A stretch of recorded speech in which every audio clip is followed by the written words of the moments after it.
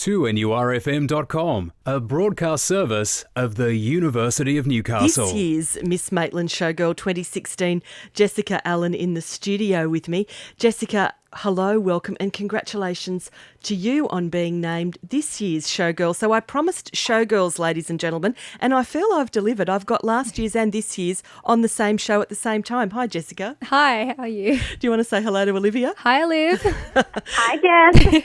These two young women, watching them interact on Saturday and just seeing the camaraderie, the professionalism, and as Olivia just pointed out, the passion for agriculture and the land, it made me feel really heartened, Jess. Agriculture has somewhat diminished in our region.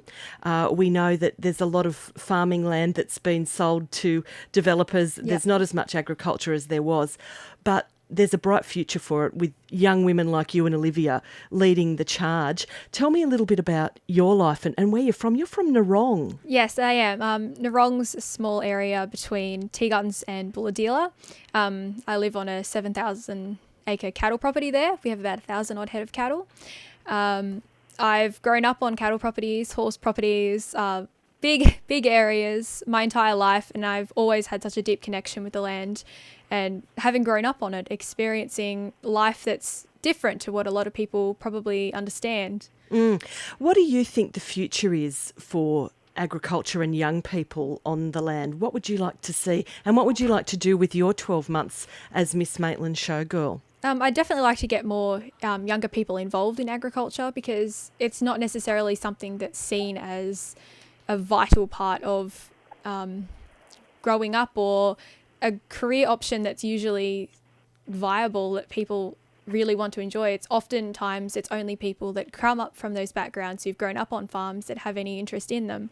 And it's quite difficult to get other young people who haven't grown up like that involved, because it just doesn't seem something that they'd be interested in.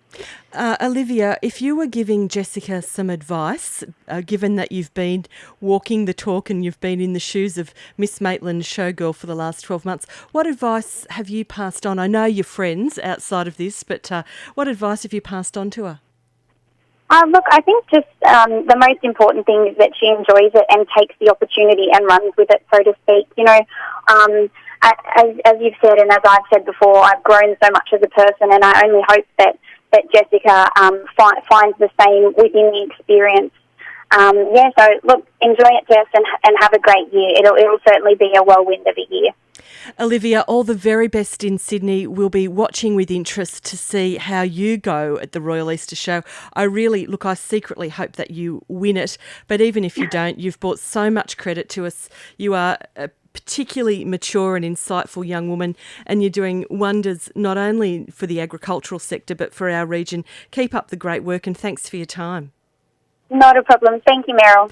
That's the current she's the current zone winner, and she was last year's Miss Maitland Showgirl.